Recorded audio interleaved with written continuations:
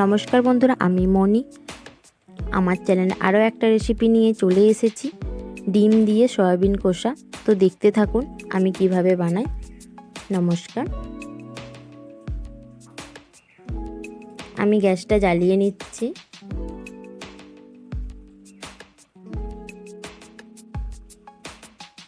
এবার একটা কড়াই বসিয়ে নেব, এর মধ্যে পরিমাণ মতন জল দিয়ে দিচ্ছি। জলটা ভালো করে গরম করে নেব। এবার সয়াবিনগুলোও দিয়ে দিচ্ছি। এবার নাবিয়ে নেব। আমার হয়ে গেছে। সয়াবিনগুলো সব জলটা কেমন টেনে নিয়েছে। সয়াবিনের জলগুলো ভালো করে নিচুড়ে নেব।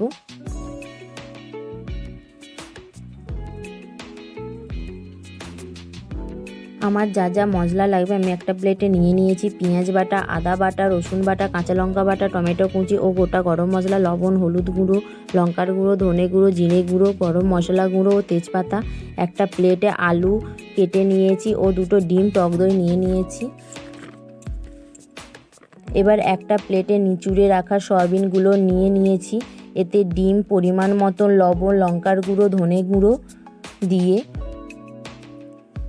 জিরে গুঁড়ো আর সর্ষের তেল দিয়ে ভালো করে ম্যারিনেট করে নেব।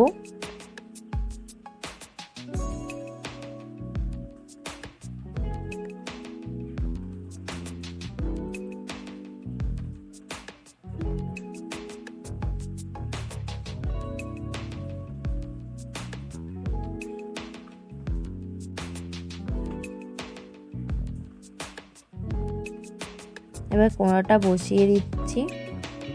কড়াইয়ে সর্ষের তেল দিয়ে কেটে রাখা আলুগুলো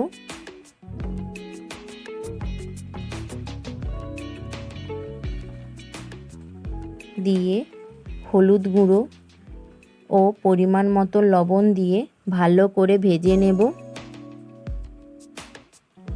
আমার আলু ভাজা হয়ে গেছে। এবার একটা প্লেটে তুলে নিচ্ছি।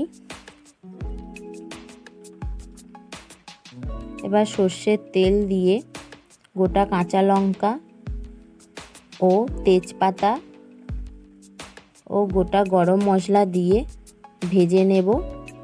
এবার পেঁয়াজ বাটা দিয়ে একটু ভেজে রসুন বাটা, আদা বাটা, কাঁচা লঙ্কা বাটা, টমেটো কুচি দিয়ে ভালো করে ভেজে নিচ্ছি। অল্প লঙ্কার গুঁড়ো, হলুদ গুঁড়ো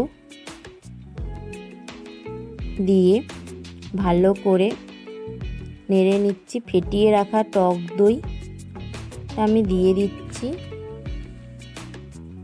এবার ভালো করে মশলাটাকে কষিয়ে নেব। ম্যারিনেট করে রাখা সয়াবিন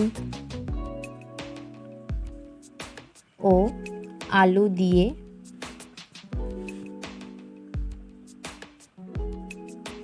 ভালো করে কষিয়ে নিচ্ছি।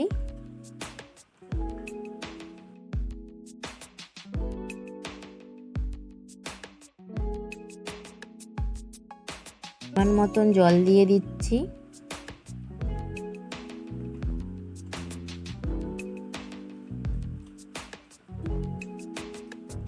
একটু চিনি দিয়ে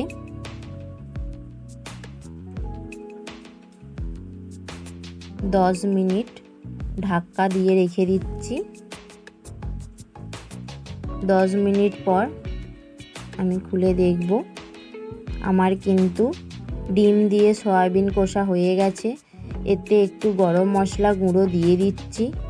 দেখুন বন্ধুরা কেমন হয়েছে। আপনারা কিন্তু ভাত বা রুটির সাথেও খেতে পারবেন।